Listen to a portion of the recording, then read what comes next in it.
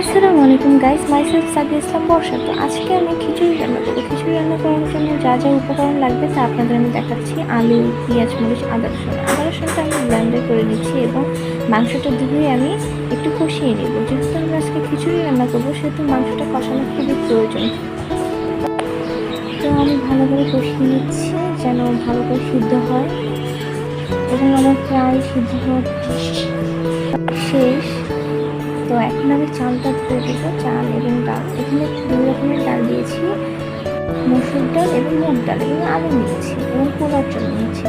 তো এটা ভালো করে ধুয়ে নেব এবং আলুটা আমি মাংসের মধ্যে দিয়ে সিদ্ধ করে নেব, যেহেতু আলু খুব পছন্দের একটা জিনিস, আলু না দিলে হয়নি।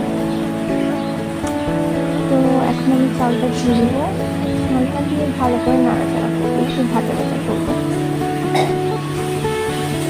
একটু দিয়েছি, এখন ধীরে নাড়াচাড়া করে দিচ্ছি।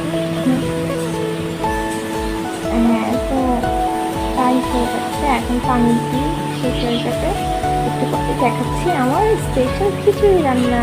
অপেক্ষা করুন আপনারা। এই যে আমার খিচুড়ি রান্না শেষ, দেখেন কালারটা কি সুন্দর।